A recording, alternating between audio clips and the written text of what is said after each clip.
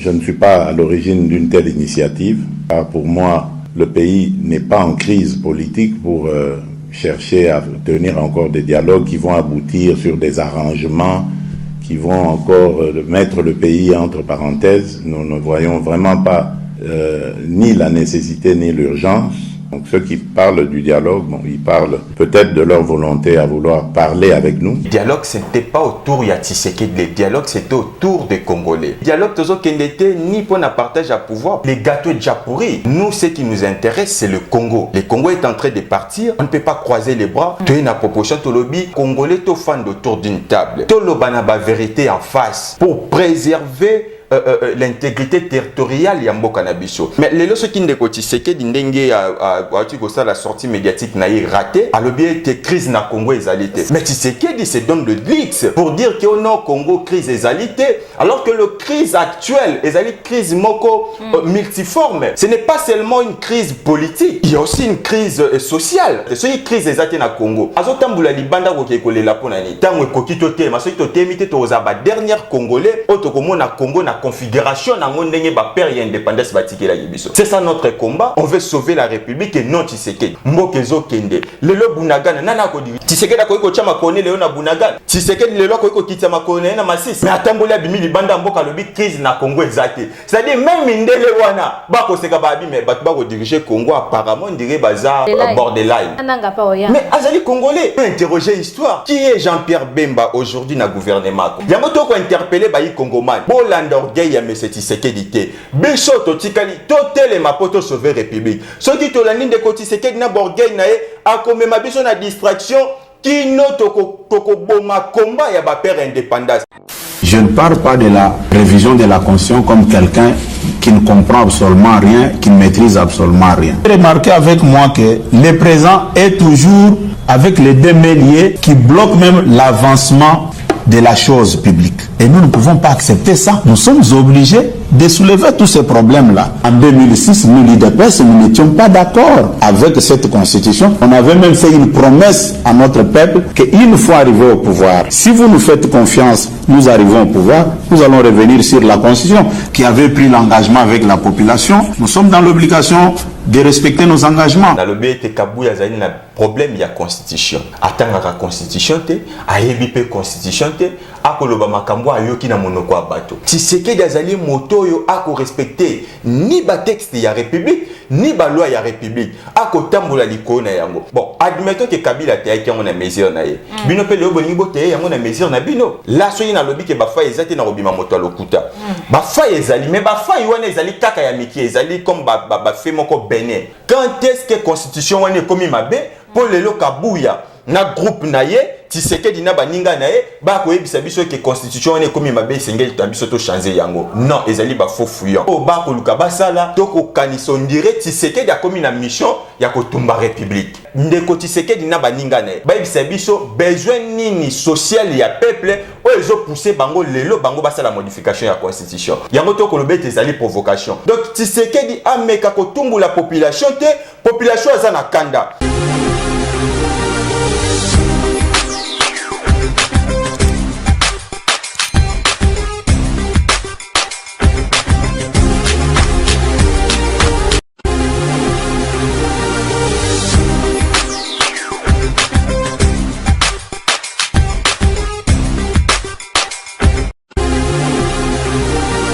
Président Tshisekedi rejette le dialogue de cohésion proposé par Martin Fayulu. Balandinyo so yagel kanyus to pesi binombo te bisika nyonso bozwami tozali na sengo lisusu ya koyeba ko setenye liboso na bino pour représenter bino émission na bino entretien. Lelo to kobeta masolo tout autour ya SID. On va parler de Martin Fayulu. Nazali na plateau dans ngamo côté nazala invité nangai. Il s'agit bien de monsieur Rigan Mabaya wazali cadre ya SID et longo na ye to koyeba ko sola maeta SIDP Maetali Mboka Nabiso. Sans plus tarder, je dis bonjour à mon invité et bienvenue dans cette émission. Bonjour madame la journaliste et bonjour na Bayi Kongomani Bansobo Jali Bakwa Kolanda Biso dans ce net moment. Et je profite aussi de cette occasion pour passer mes salutations au président Eli Martin Fayulu Madidi ainsi que au notre secrétaire général de Voskito Komulenda le coach et sans oublier Miki Lumbaya depuis Londres. le cordon Joseph, Josué Makambo, vous tous, je vous salue. Et maman, journaliste, et tous, Maboko Nayo. Donc, vu que l'actualité est allée et belé, nous sommes là pour répondre à toutes ces questions. Voilà, en tout cas, Naluka Kibino Mingi, Naluka Kiorama Mingi, Ndeko Mabaya.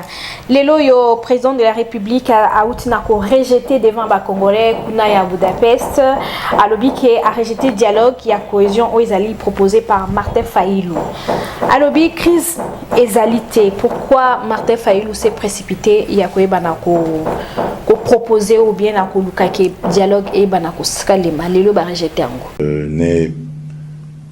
Je ne suis pas à l'origine d'une telle initiative, car pour moi, le pays n'est pas en crise politique pour chercher à tenir encore des dialogues qui vont aboutir sur des arrangements, qui vont encore mettre le pays entre parenthèses. Nous ne voyons vraiment pas ni la nécessité ni l'urgence, mais moi, comme toujours, et avec tous mes compatriotes, j'ai toujours eu les bras tendus, les bras ouverts pour parler avec quiconque le voudrait. Donc ici, je voudrais vous informer que ce débat ne concerne ni ma personne, ni la famille politique qui est la nôtre. Donc il n'y a pas une telle initiative qui soit en chantier quelque part. Donc ceux qui parlent du dialogue, bon, ils parlent peut-être de leur volonté à vouloir parler avec nous. Et là, je le dis, la disponibilité est là. Tout compatriote congolais a droit au débat, a droit au chapitre, a droit au dialogue avec même le chef de l'État s'il le désire. Mais évidemment, en tenant compte du respect de nos lois, du respect de la bienséance et ne pas venir avec des menaces ou des vociférations pensant pouvoir intimider. Ah bon, merci beaucoup, Madame Andrea. En fait, bon, Ndeko Tshisekedi, ce qui a rejeté, d'ailleurs, Bicho Dialogue Otobande Kolobela, il y a cohésion nationale, ce n'est pas pour Nenge Batumsu Balobaki, appuyer Tshisekedi, soutenir Tshisekedi, couper Sababeki na Tshisekedi. Et les dialogues, ce n'était pas autour de Tshisekedi, les dialogues, c'était autour des Congolais. Vous savez, nous sommes lucidés. Après hold-up électoral, il y a 2018, le président Eli Martin Fayulu, avec son SID, tout ça qui va proposition, tu es plein à sortir à crise parce que le pays était presque divisé. Ndeko Tshisekedi toujours il a refusé, il a dit qu'il fallait s'en député, qu'il y aille déposer ça au niveau de l'Assemblée nationale, il va débattre sur Yango. Bon, to leki, to moni makamdenge kei. Après 2023, to kena simulacre électoral. Congolais se diviser encore davantage. Le président Eli Martin Fayulu étant que le commandant du peuple, il ne peut pas croiser les bras. Il y a un remède au Bikisa Congo. Et remède yango ezali proposition au tué nango tolobi était et senge na biso na kati ya Congo to créer cohésion nationale. D'où pour na komana cohésion nationale ou créer cohésion nationale, il faudrait Congolais fan autour d'une table, c'est-à-dire passage obligé et ali dialogue. Na katia dialogue wana, nous étant que les idées te proposer même na thème. Tolobi dialogue tozo kendete ni pour na partage à pouvoir parce que j'espère que Hollanda qui intervention il y a le coach de Voski Toko devant Bantene il y a confrère Nabino ya Top Congo pour ne pas le citer. À le bien les gâteaux déjà pourris, nous ne partons pas là-bas pour manger le gâteau et consorts. Nous, ce qui nous intéresse, c'est le Congo. Le Congo est en train de partir. Le président Eli Martin Fayulu, avec Bicho Tozaba Letnanae, on s'est dit, on ne peut pas croiser les bras. Total Mboka Lumumba Kendeboy. Tu as une proposition, Tolobi. Proposition, on est Senginin. Et Sengi ba Congolais, to fan autour d'une table. Tolobana ba vérité en face. Problème na biso nenge ba na lopoto, les linges sales, c'est là va famille. C'est ce que nous on cherchait pour préserver l'intégrité territoriale ya mboka na biso. Mais les lorsque Ndeko Tshisekedi ndenge la sortie médiatique na raté, alobi ete crise na Congo ezali te. Sortie médiatique mais sopi bino hein. Non, mais sopi biso te. Elingaki sopa biso soki tozalaki na logique ya axe di malo bande kolobi ete tozoya poto sauver Tshisekedi. Alors que nous, dans notre pensée, dans notre vision, ce n'est pas pour sauver la personne de Tshisekedi, c'est pour sauver la République démocratique du Congo. Pourquoi? Parce que la République démocratique du Congo n'appartient pas à Tshisekedi. On ne peut pas croiser les bras. Tshisekedi a comme mambo kana libulu tolobe était bon, toti kaeka kati 2028 ndenga aussi sa mandat na ya kei, mais tant to roti kae 2028. Na na ebisi biso na lire tozo kende beti 2028 mboko ekoti kala boy. Alors qu'au moment où nous parlons, le gouvernement à Kinshasa, bazan a contrôle il y a plus de 116 localités, plus de 5 territoires où ils ont s'échappé na contrôle à Kinshasa. Mais Tshisekedi se donne le glitz pour dire que au Congo crise égalité, alors que le crise actuelle, égalité crise moko multiforme, ce n'est pas seulement une crise politique, il y a aussi une crise sociale. Tala makamdenge ezotambula na mboka, biloko ezomata matin midi soir. Prix à l'IPA fixe, banate. Tomoni makambo s'est passé na prison Satala Makala. Et massacre ya ba Congolais, régime à Tshisekedi de bomi ba Congolais. Mais Tshisekedi se donne de l'X pour dire que na Congo crise exate. Ce qui crise exate na Congo. Azo tambula libanda ko kekole la ponani. Tamazo ba crise exate. Alobi AFC alors que Besso na kati ya SID. Après simulacre électoral toke na Conseil national na biso. Moi qui vous parle, je faisais partir na commission moko o ezala qui politique et stratégie ça qui conduit pas à moi na mboka le professeur Nico Omeyonga monsieur Valérie Mpoi, tout ça qui on a ba Cordon Joseph. Je faisais partir. Nous avons fait des propositions na bureau national. Oyo to sengaki bango to lobi ete la lire vont les choses. Bayi Congoman et Sengeli na biso to fanda poto trouver solution. Ceux qui to croiser maboko to kozonga ceux qui ozongi mokesi mokomona discours moko tata mokonzeko le président Eli Martin Fayulu Saka na fade na abi tango ekoki to tema ceux qui to temite to za ba dernier congolais oto komona Congo na configuration na ndenge ba père ya indépendance batikela biso. C'est ça notre combat, on veut sauver la République et non Tshisekedi. Ce Tshisekedi aboyi na ye abi ki ya kokota na dialogue te. Ce n'est pas un problème.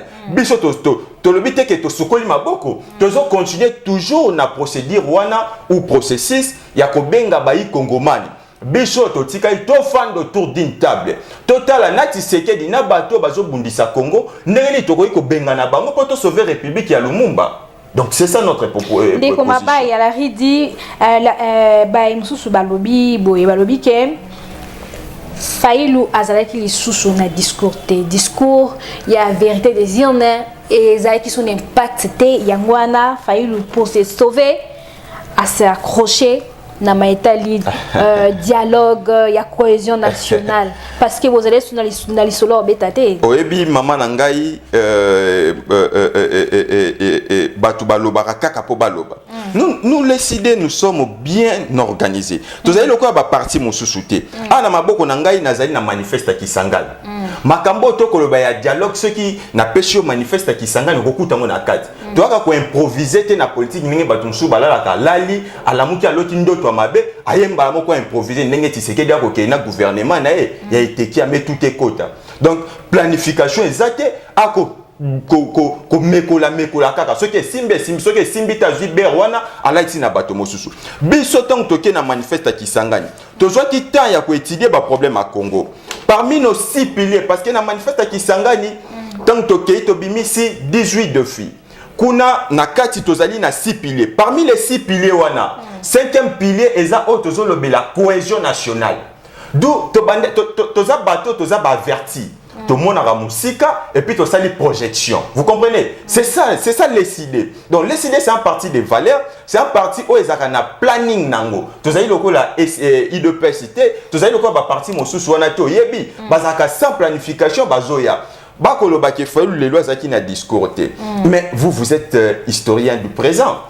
Mais tout récemment awa toki bato nyos na Kinshasa Congo Mobimba mais ndenge nini Fayulu akoloba lisusu te est-ce que mama yoyoka yango te bato bakotambola partout babi mais Fayulu fin de kimia après simulacre électoral akoloba lisusu te mais akotala ka mboka ezokende boye elobamaki awa na ba plateau par-ci na ba médias sociaux elobami c'est l'une des stratégies moi qui vous parle même si bino que na conseil national a décidé nazaki na l'une des commissions c'est-à-dire parmi ma stratégie na biso tozwaki toyebisaki tata mokonzi ko le président Eli Martin Fayulu fanda koloba nanu te toyebi quand est-ce ko koloba lokola yokelaka biso tozali ba collaborateur na ye ayokaki afandi mais toyoki Congo Mobimba babi me Fayulu mboka ezokende nanga kuna azotomboka koto yo me gestion à Tshisekedi koto yo ba massacre na Kinshasa insécurité Fayulu koloba te pona nini Fayulu azoni si biso kaka na makambo to bandaki nango avant Aïka na manifeste qui s'engana abi dans la ligne où vont les choses et c'est ngena biso to créer cohésion nationale. Toyaki na proposition, il y a plein de sortir des crises. Donc tu sais que la santé taki, yango to rebondir na yango kaka. Donc to ke conseil national na point 6 to bini. To lobi été n'ampleur oyo ezo makambo ya mboka ezo kende la ce qui tobi to fanda mboka ko kende. Qu'est-ce qu'il faut faire? To sali proposition to lobi bureau national ya SID et fournir des efforts et créer ba contact na ba père spirituel pour que ba père spirituel bazwa makambo ama baluka lolengeni bakosala po bafandisa bayi kongomani autour d'une table pour te sauver Congo. Mais non, on ne peut pas choisir les gens. Tolobi moto nyonso se reconnaître tant que congolais. Soy tolobi ki ba congolais sengi ba fanda autour d'une table. Mais ba congolais baza combien? Nous sommes dans des milliers. On ne peut pas appeler tout le Congolais tout fanda autour d'une table. Biso na kati ya politique tozali na ba bloc. Tebi ke bloc moko ezali biso lamuka. Conduit par moi Namboka, le président et commandant du peuple Martin Fayulu Madidi, le sauveur du Congo. Tebi parti mosusu ezali ndeko Chilombo, axe du mal, au bazalina union dite sacrée na bango, bako piller république. Donc on n'a rien de sacralité kuna na kati, mais abusivement bako benga union wana, union sacrée. Alors que moko na bango ya ko benga yango arnaque. Nani Willy Michika le ezali lisanga ba miyibi ya ba bomi ya ba assassin. Wana Willy Michiki azali na kati ya union sacrée ko singa kuna ndeko Chilombo ba ça la reconfiguration ya union sacrée. Tebi ke bloc mosusu ezali ya Kabila na FCC na ye. Aye to fande autour d'une table. Tebi ke bloc mosusu ezali Moïse Katumbi basangana ki ba matata ponyo ba sesanga ba setiki kone to mona ki ba boloja ba tunyo bazana sima na bango. Ba ye pe na groupe na bango. To mona ki groupe mosusu ezali ya Dr Denis Mukwege o azali sommité ya mboka. Vous comprenez? To lobi bato wana ba groupe wana to fande autour d'une table. Tout le banaba vérité en face. D'ailleurs, ils ont proposé thème pour dire qu'ils allaient dialogue, il y a partage, il y a pouvoir. Pouvoir à tisser des aides déjà pourris, tu sais, yango mupandi, ils sont au côté la yango ta aussi ça va 2 ans, 3 ans naïe tikali. Mais ton lingi n'a pas prochaine échéance électorale, makambo et tambo le lengo et longo bani, c'est-à-dire quoi? Tu mener ma réforme. Alors que na parlement wana tebi ke ezali parlement o ezali émanation ya peuple té d'où il faut to fanda libanda ya parlement pour to mener ba réforme e ko salete république ezala sauver. Vous comprenez? Est-ce que ba réforme wana elisa la malamu mingi so bozaki na kata parlement? Non, qui vous dit que ce qui n'a parlement fabriqué par Kadimandé Tolinga qui la proposition de loi qui bossa la maïdélé na Assemblée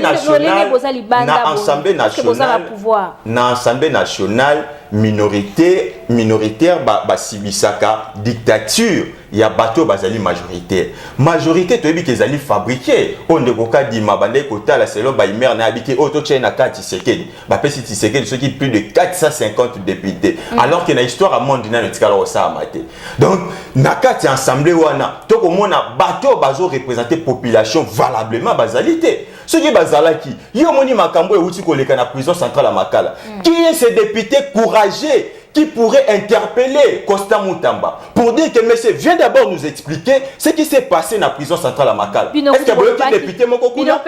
Cette assemblée, ils ont manqué Batumi Balé au Bané, ça la fierté ensemble.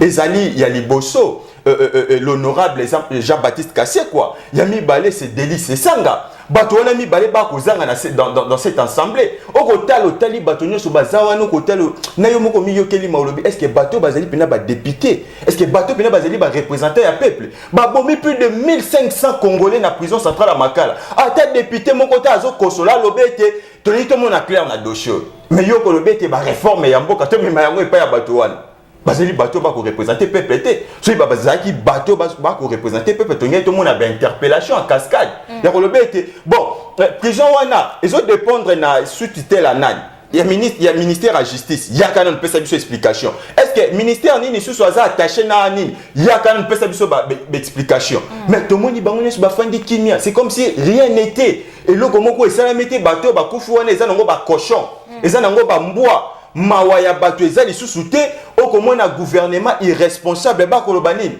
balobi ete ba famille etambola na ba morgue ba kende ko identifier ba ndeko na bango alors que dans des pays sérieux ça ne pourrait pas se passer.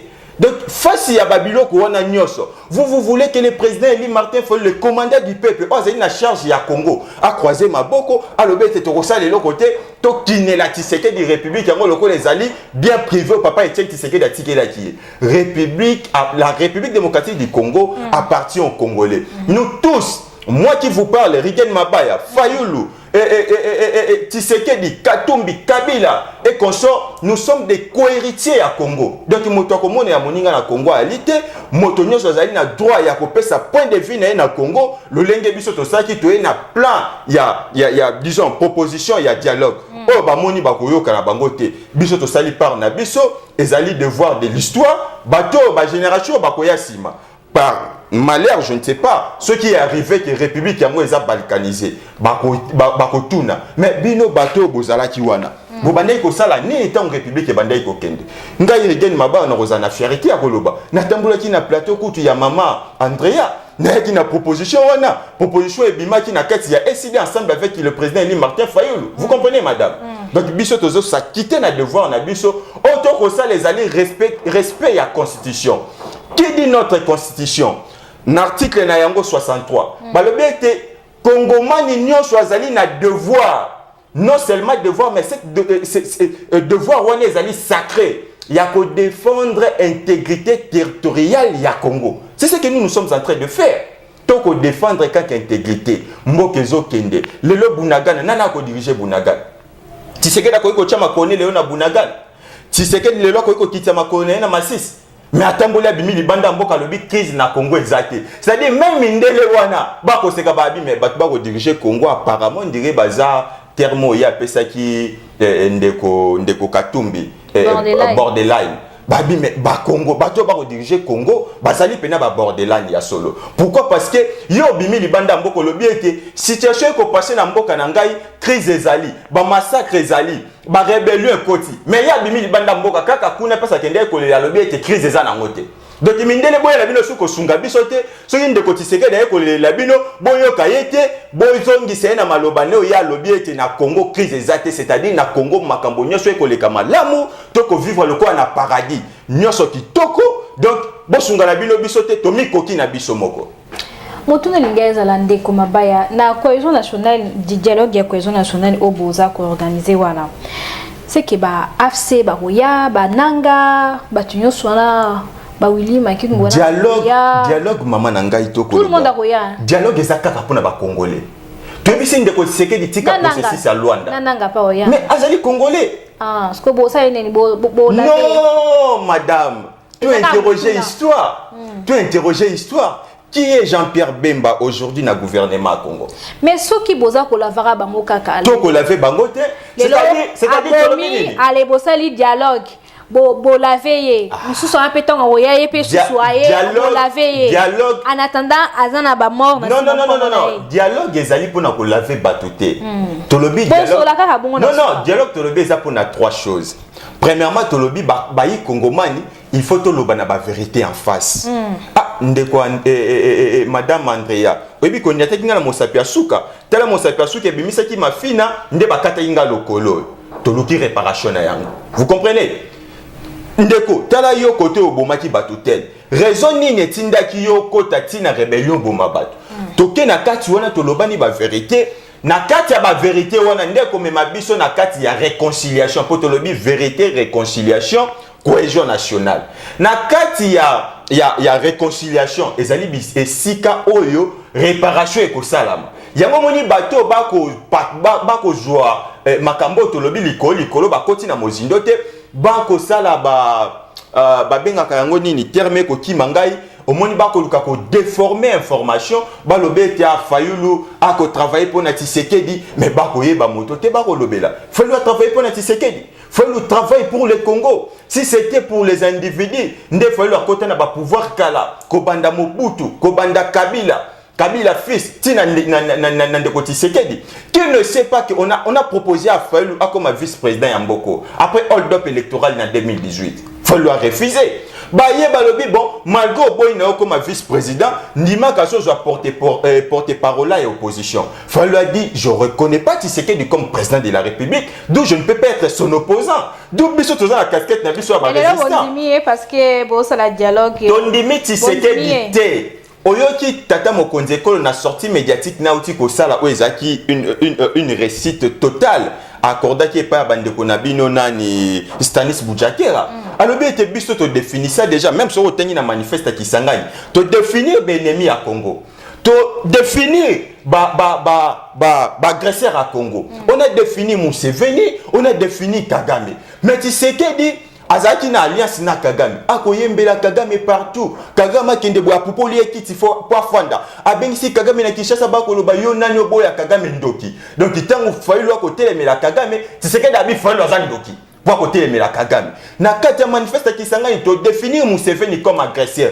lelo Tshisekedi akokoka même kotanga Museveni te comme agresseur ya Congo akomika lokwa babeba ina moninga na ye ami et frère ya Tshisekedi Kagame akobanga kotanga Museveni alors que biso tozana ba proposition o eko sauver Congo pour que Congo bima na crise tozali yango to ko interpeller ba yi Congoman bolanda orgueil ya monsieur Tshisekedi te biso to tikali to telema poto sauver République soki to landi ndeko Tshisekedi na orgueil na ye akomema biso na distraction kino toko boma combat ya ba père indépendance na kotala Jean-Jacques Lumumba lelo azan exil alors que Tumba Tata na ya bunda po na mboko pouvoir à Tshisekedi pouvoir ya ba cop et bengani mwana ya moto ya bundela ka Congo tata ya Félix Tshisekedi aza parmi bato ba comploter contre Lumumba vous se souviendrez avec moi interrogez l'histoire c'est lui qui a appelé Lumumba les crapauds devant belge c'était Etienne Tshisekedi alobi ete na yeli bino crapaud mais mwana ya moto ya bundela ki Congo pour que les lotos soient indépendance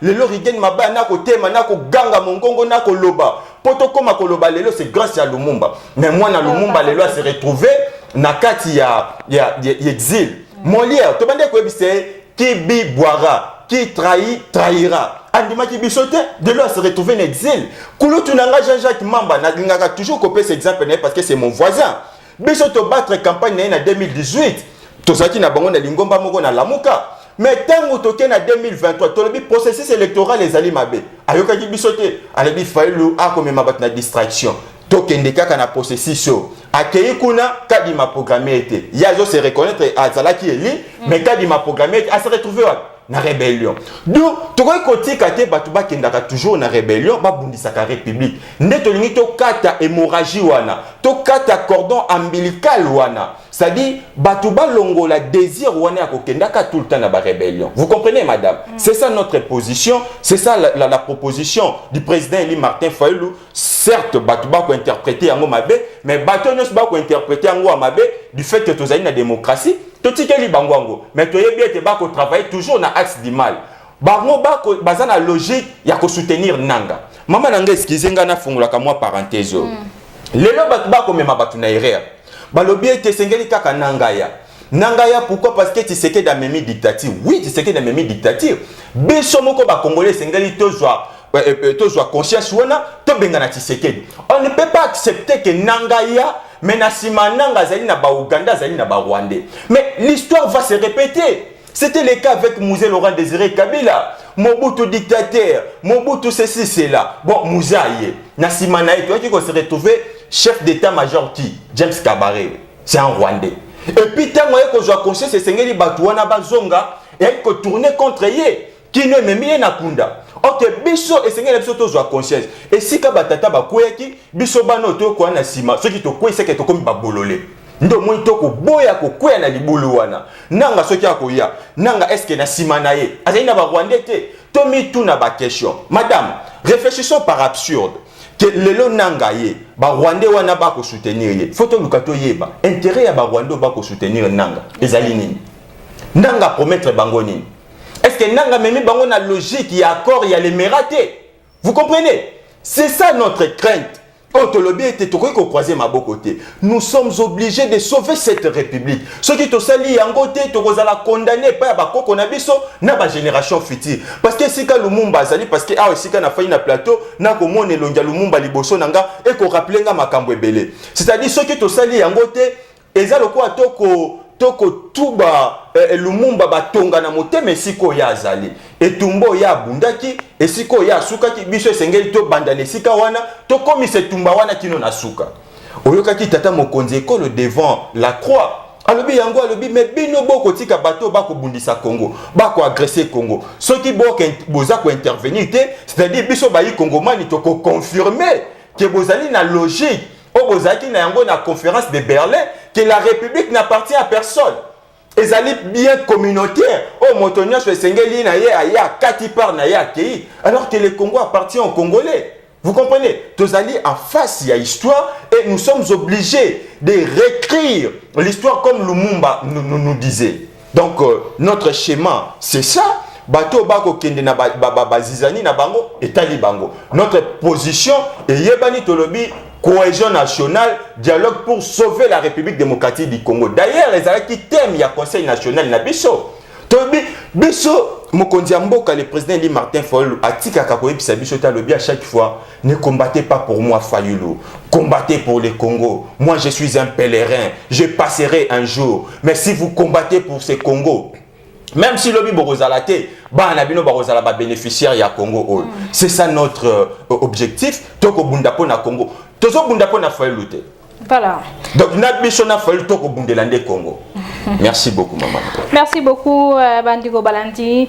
Dozali awanda ndeko Rigen Mabaya ya ECD. Tokeni na deuxième partie ya émission na biso. Kabuya kuna lobby a brisé silence. A parlé de la durée du mandat sur papier et le temps du travail concret d'un mandat. Il estime qu'il y a lieu d'ajuster Maïwana Nyonso. Kabuya le lundi a l'obiki devant ba militant na bango ya IDPS sengeli ba encore revoir constitution na petit sengeli ba ça la révision ou soit ba ça la changement constitution parce que tant oyo constitution ezopé sa président de la République ezali mukemingi selon Kabuya selon IDPS constitutionnelle. Pour rappel, nous l'IDPS lors des référendums de 2006, si je ne me trompe pas, nous étions opposés à cette constitution. C'est un petit rappel et je vais revenir là-dessus. Je ne parle pas de la révision de la constitution comme quelqu'un qui ne comprend absolument rien, qui ne maîtrise absolument rien. Remarquez avec moi que le présent est toujours avec les deux mains liées qui bloquent même l'avancement de la chose publique. Et nous ne pouvons pas accepter ça. Nous sommes obligés de soulever tous ces problèmes-là. Moi, je vous parle comme ancien informateur, j'ai connu de sérieux problèmes. Et dès que le président nomme le Premier ministre, le gouvernement doit avoir l'équitus du Parlement. Comment est-ce que le Parlement peut donner son aval sur le gouvernement si les députés ne sont pas proclamés définitivement par la Cour constitutionnelle? Il y a un problème qui se pose. Maintenant, les sénateurs, ce sont les élus au second degré, l'émanation des députés provinciaux. Et les députés provinciaux aussi ont les mêmes problèmes que les députés nationaux et vont recourir au niveau des cours d'appel pour régler leurs contentieux aussi. Tout ça, c'est une façon d'alourdir la machine. Et moi, j'ai pu demander aux uns aux autres, aux gens qui ont choisi les injures comme un mode d'expression, d'avancer les arguments. Ça ne sert à rien d'embrouiller notre population avec les mensonges.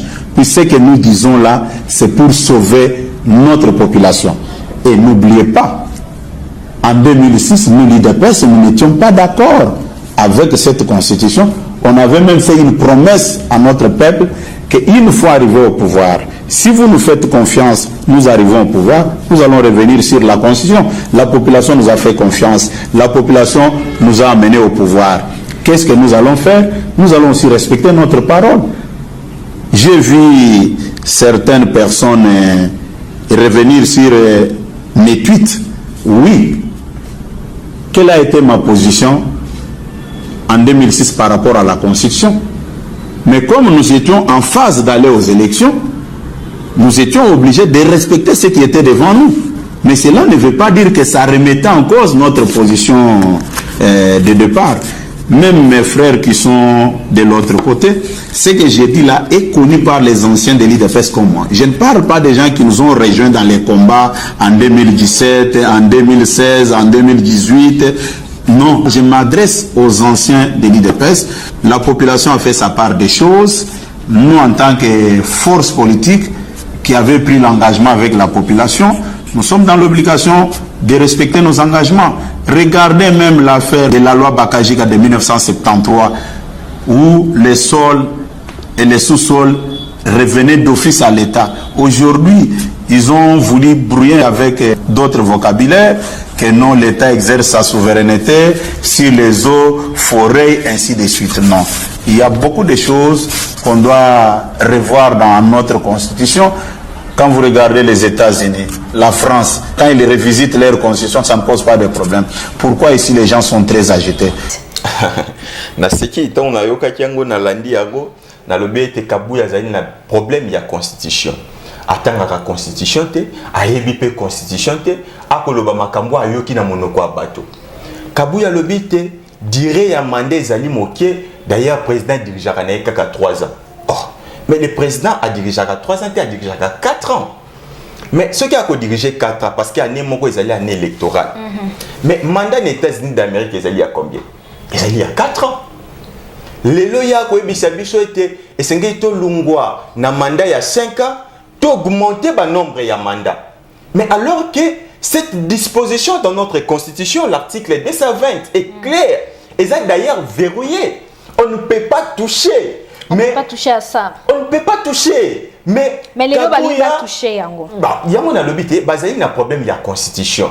Il y a un autre qui interpellé les Congolais. Au moins, il y a un commettra qui bondimi ko bete la Tshisekedi Maboko Félix.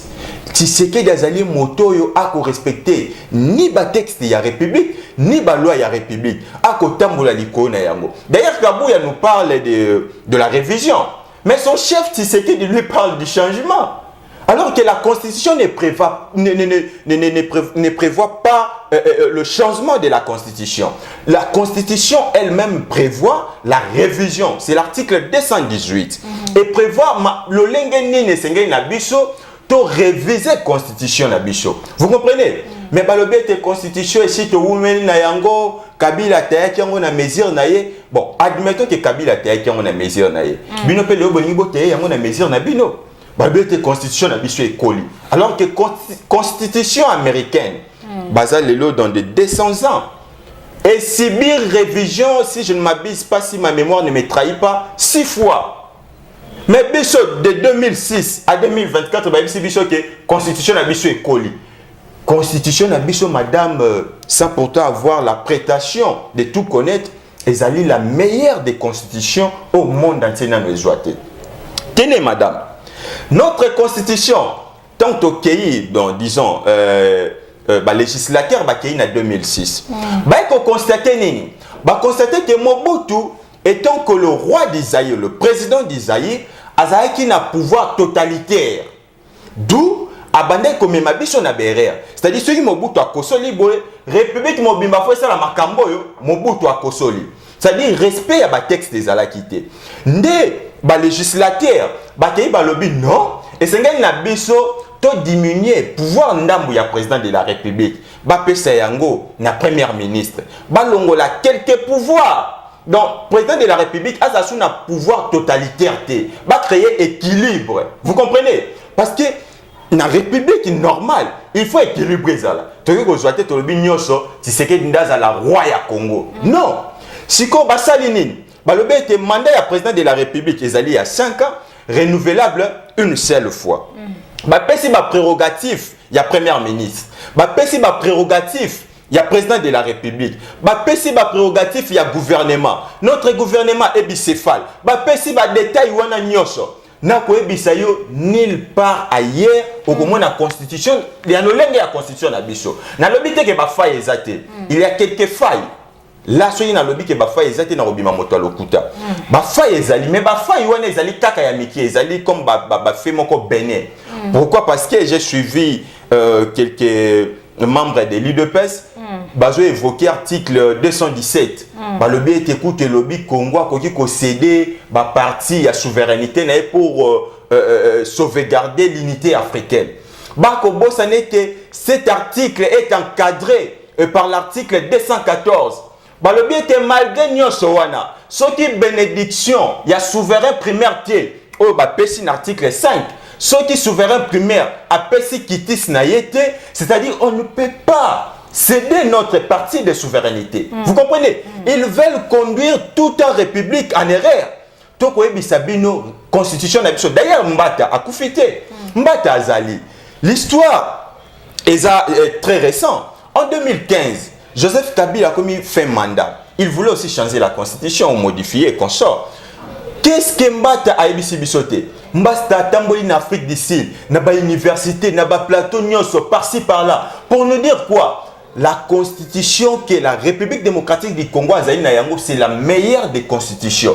Combat à koufité. Constitution peut koufité. Et IDPS, au Bissonios Tozaki na opposition à l'époque, to boudia qui constitution. Constitution peut koufité.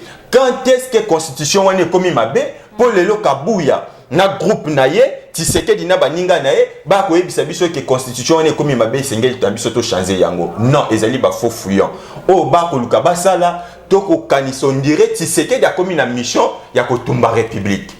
Pendant que la population se retrouve dans la gestion à Tshisekedi parce que sa gestion est calamiteuse, sa gestion est très médiocre.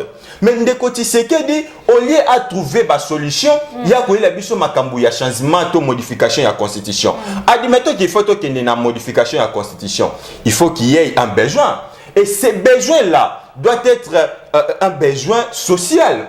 Ils ont encadré avec la population, avec le peuple à question. Mais ndeko Tshisekedi na baningane, c'est besoin nini social il y a peuple, ils ont poussé bango lelo bango basa la modification de la constitution. Vous verrez que idée na bango ezali ba poussa mandat ya Tshisekedi des mandats na o ya sali o ekende mai, c'est-à-dire Tshisekedi azonga lisusu vierge, bon excusez-moi pour la terme, azonga vierge, azasusu pifo ya ko postuler, donc Kabila aussi peut revenir, donc république azonga lisusu na sima. Yango to ko lobete ezali provocation. Ceux qui bazali na souci ya ko modifier constitution, ba bandana nous ko respecter yango. Ceux qui ndeko Chilombo abandi ko respecter constitution wana a avancer, c'est après Torotel là bon. Ah ce que tout monde a avancé, wa pesika ba fa ezalaki, oyo biso ba yikongomane sengeli na biso to fanda pour trouver solution, to kende na moi modification et consort. Constitution tant na kolobé ezali constitution moko ya kitoko elengi o ezo protéger peuple congolais. Malheureusement Tshisekedi a ko respecter yango te. Que dit cette constitution? L'article 5 dit la souveraineté le pouvoir émane du peuple. C'est-à-dire c'est le peuple qui désigne ses dirigeants. Mais ils ont ça la matinée à Congo. Tshisekedi a commis par hold-up électoral, par simulacre électoral. Kabila, idem, 2006, Papa Etienne Tshisekedi. 2006, c'était Jean-Pierre Bemba qui a bâti Kabila, mais Kabila a eu pouvoir par la force. 2011, Papa Etienne a bâti Kabila, mais Kabila aussi a pris le pouvoir par la force. D'où ce qui va respecter la disposition, on a l'article 5 de notre constitution, au moment où on a avancé. Que dit encore cette constitution? Les lois de Gonabi sont croupis en prison, alors que notre constitution dit dans son article 18 que mon Congomani nyoso o azali interpellé. Au moment ba interpellé d'office, il faut avoir un motif. Oh ben interpellé. En plus à côté à contact na famille naye avec son conseil. Vous comprenez? Mais tala bazwa ki ndeko na biso set ki kone on a ko partager na ye ba moment difficile a ko passer na prison kuna ba enlever set ki kone arrivé kuna ba boy conseil na ye ba assister ba boy même molonga ni na ye assister d'où tu sais que da ko respecter tu sais que na régime na ba ko respecter constitution OT constitution lobby sous nini constitution lobby était l'eau potable électricité et c'est que la population congolaise a bénéficié na yango. Tu sais que d'accord respecter cette disposition té. Constitution o le lobby nini. Constitution lobby était quitanyon so ya Congo. Il faut la partager d'une manière équitable. C'est-à-dire motonyo il faut se retrouver na kita ya Congo. Okoyo kandeko Chilombo. Na baninga na alobini. Abi ba député ba ko $21,000 ezali mokie ba kundaka ba matanga ba salaka boye. Il faut ba bakisila bango. Alors que ba enseignant les ba ko chômer, basé dans de 240 ou 270 quelques mille francs. Moi j'habite Delvaux. Na bobo ko lelo bana bakei bazongi bana batangité. Na école privée et na école publique nyonso bana ba ko tangate. Soki bazongi si bango te au moins ba fandi bana tango ba ozonga na banda ko ba no papa lelo to tangité, madame ba to lala na biso bana bakei balali ti 12 heures bazongi le biso na ndako. Sko yebisa ngai, est-ce que toko bundela Congo oyo, est-ce que toko tala avenir ya Congo ya lobi, toko tala mabumu na biso lelo. Alors que ceux qui va respecter toutes ces dispositions, ils ont la carte de la constitution, que Mongo, richesse, quitte à Congo, et Kabouana d'une manière équitable. Ndeko Chilombo a tapé dans de 2 millions de dollars le mois. Moussa Nina Malunga a kosala, oh ya ko jula 2 millions de dollars. Na kanisa ki okotu nanga soki na juli chiffre wana wapi malheureusement tuninga yango te mais ngamo na miso na seki no mote ka fungoli misu natalio parce que ye moko ayebi no mbomba futaka ete est-ce que non wana eza be échappatoire ndeko Chilombo tant tozaki na bango na opposition toye après si hold up électoral batamboli partout basali ba marche balobi eza inconcevable. Le ancien président de la République a touché dans des 650 quelques $1000 le mois. Et moto azalaki na finance nani sele à la goule akakaki monokoté. Alobi c'est que l'ancien président touche eza 30% ya mota au président actuel a kozwa. Ce que tozwa 30% wana so Kabila bande kozwa 650 quelques $1000. Qu'est-ce que tu multiplies yango te? Au moins que tu sais que d'accord comment dans de 2 millions de dollars. Moutoumon quoi qu'on soit plus de 2 millions de dollars à foutaka ndakoute, à foutaka transporter, à sombaka motukate, à sombaka lambate, nyonso république ko sen la ba ko pesa sous 2 millions de dollars le mois. Ça compter ba avantage mosu soza na yango. Mais militaire a ko joa 240 000. Policier a ko joa ko mona tenir bébier. Ba fonctionnaire ba ko lela. Biso mosu so tozaki na ba privé, to perdre même misala pourquoi ba bia ba to fa lubino, to ko linga bino te boko te mais Tshisekedi. Moi j'ai perdu mon travail. Vous comprenez? Tout ça pourquoi? Parce que to ko linga une justice distributive nenge constitution na biso lobby yango ezali komba na biso na kati ya ECD otobundelaka yango moni etumbezali ete senge to joa pouvoir wana poto lakisa na bae banso baleki lolenge nini gestion ou gouvernance intègre ezalaka mama na ngai donc makambo ko simba constitution ezali te ndeko Tshisekedi a respecter non makambo nga na lobby. Ce qui a respecté yango parce qu'ils ont la carte de la constitution, tu avancer, ne te retala bon, awa o respecter yango, siko to sala nini, to modifier nini. Ce que jumbo ka mokie loko la Botswana awa. Un député a touché ce qui est $1,500. Enseignant a touché, fonctionnaire a touché $1,250. Vous sentez l'équilibre. D'où mon to envié comme un député national, mon to envié comme un ministre. Donc tu sais que dans le qui à Congo plus de 75%, il y a baninga na ba ko kabola, biso atike biso ka 25%. Donc on a ba nyamu nyoso ko bileka na banzela. Ba policier ba ko kanga ba nzela, pourquoi parce que afuta malamu te sengeli a boto la moto mbongo azali na yango po futa mama ya mapa. Donc mboke komi par terre. Donc Tshisekedi ameka ko tumbu la population te population azana kanda. Bunaga na depo ekendaki. Okoko wakoboto la yango te. Tala ba priorité. Priorité ezali to récupérer Bunaga. Yango biso to na idéologie ya cohésion nationale dialogue. Mais Tshisekedi po na ye priorité ezali ba changer constitution. Pour dire quoi? Bato ba kanisaka peuple te. Omoni moto na ya atindi na Sénat sa Malukonde. Aye po na priorité le besenge to tonga ndako mosusu asika ya Sénat. Oyoki kamere kuna lobi nini? Priorité na ye ezali ba tongo hôpital pour na ba travailleurs ya parlement. oyoki jiditi soumino soki soumino soki soumino bango ba priorité na bango eza nango population te du peuple wana nde to ko interpeller azwa conscience que ces derniers bako travailler pour na binoté et c'est ngaito sangana biso nyosho longo sima ya tata mokonzi ko le président Eli Martin Fayulu pour to zo makambo mais to changer république. Voilà bandeko balanzi to komi déjà na suka ya émission na biso to zaki ne sengo koyeba koyambela bino ndeko Rigen Mabaya wazali cadre ya ICD et le mona ye to tiko partager mai wazali koleka tout autour de la république. Merci ndeko Mabaya, mot de la fin. Merci beaucoup maman Nangai pour na opportunité au pesa yinga ya koleka na plateau na yo ya motu ya pe ya monene et c'est eux sengeli bayi kongomani ba retenir ezali été le pays est en crise. Bolanda Bilobe yande ko Tshisekedi te bolanda pe Borgay na été. Le pays est en crise et c'est à nous le Congolais to fan autour d'une table to simba na luboko pour te sauver République. On ne veut pas sauver Tshisekedi mais on veut sauver la République parce que Tshisekedi a tkali na 3 ans na ya ko kende. Ce qui bato ba ko kanise te to ko ya wana pour na partage à pouvoir babosana. Fayulu n'est pas là pour akenda partager pouvoir. Azaki na conférence nationale souveraine occupé qui a ta poste de mon côté. Donc pour dire que ce qui nous intéresse beaucoup plus c'est la République. Tous à la focus, to linga Congo na biso, to linga mboko bakoko batikela ki biso, to bundela yango pour que to sauver ba génération future. Total nzinga na biso, lo lenge nini ba pays mosusu ba ko développer. Alors que biso to fandina na ba dispute inutile, ozo même pays et nulle part. To fanda total le lengeni to ko sauver mboka ba yi kongomani to fanda autour d'une table na pesi yo merci na pesi pe ndeko na biso azali na régie kuna merci Popol et na pesi pe merci na bandeko nyonso ya SID Delvo base solide parce que moi qui vous parle je suis le responsable il y a SID Delvo base solide na pesi ba mama Léa ba Joseph ba Josué Makambo et consort mokolo yengo ekoya dimanche prochain tozali na réunion lisusu ya monene na avenue Boudjala numéro 29 ndekune sika otoko loba lisusu makambo ya mboka pe makambo ya parti na biso na tondi obotonde. Je salue toute ma famille Mabaya na pesi bino nyonso mbote Miki Lumbaya depuis Londres mbote Matondo mingi ndeko Mabaya d'avoir répondu à notre invitation. Merci beaucoup maman. Voilà bandeko balanzi to komi na suka, merci na papa Yombe wazaki na sima ya caméra. Quant à moi je vous dis au revoir.